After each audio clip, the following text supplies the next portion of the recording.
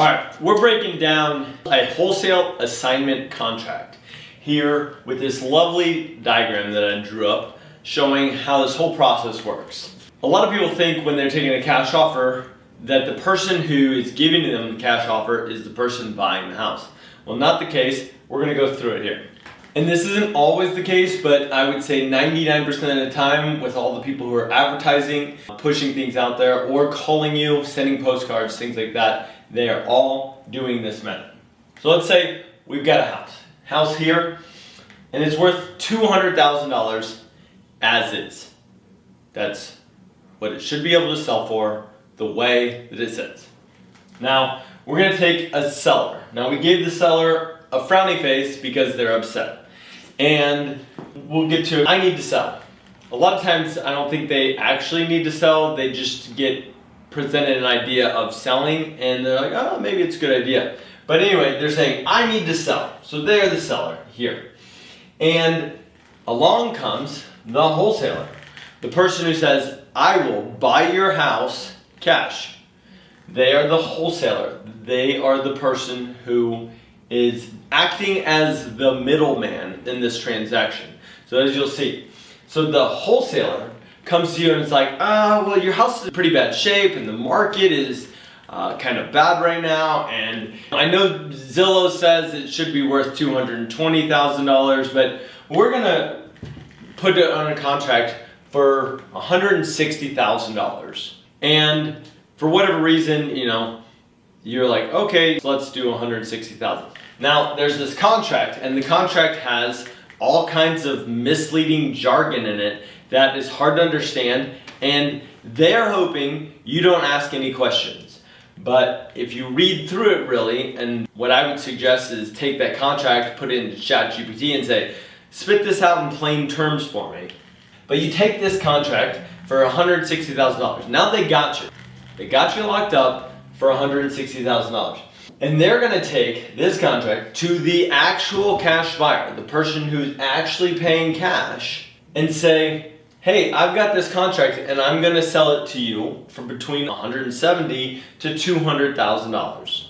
Now, they've got a smiley face because they're thinking, hey, I'm getting a good deal, $170,000 on a house that says $225,000, needs a little bit of work, it's gonna work out pretty well. So they're assigning this contract, their rights to the contract they made with you. They're assigning that to the cash buyer.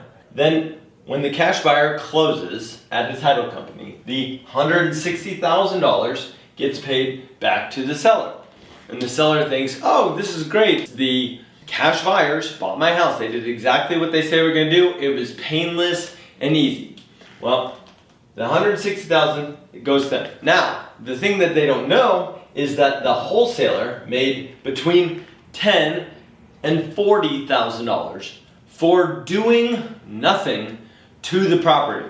They didn't make it look any nicer, they didn't market it any better, they didn't take nicer photos, they didn't stage it, they didn't do a thing to the property, and they made this amount of money.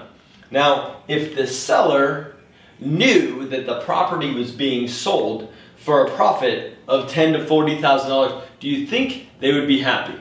I don't think so. But this is how an assignment contract works and how they do it all day.